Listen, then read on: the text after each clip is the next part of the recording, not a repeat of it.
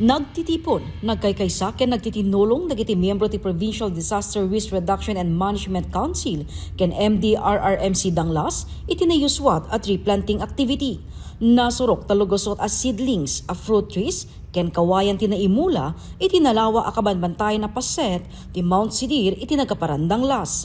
Paset dayto iti programa ti gobyerno probinsyal a climate change, adaptation and mitigation. Parte na dato iti pinang-preventar tayo ti umuna-una iti pinang-kuha tayo ti landslide. As pagamo tayo ti Abra Mountainous areas una pero at the same time prone tayo ti landslide. So agdagop ti duwa kasot ng individual manipod iti nagdudumang ahensya a miyembro ti PDRRMC ti nakipaset ti aktibidad.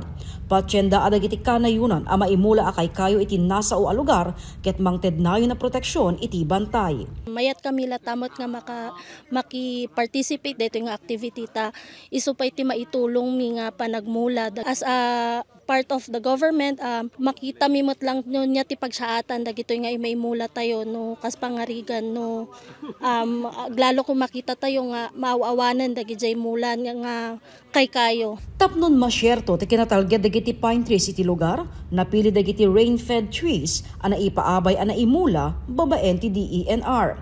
Naikoordinar meten iti LGU Danglas ti panakamonitor dagiti naimula a kayo. Iti yagdama agdagopen ti 54 nga ahensya ti miyembro ti PDRRMC pakairamanan ti chairman ken vice chairman.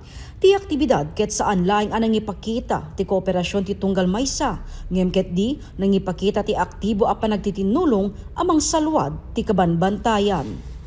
Jessica Boreta, Balitang Solid North.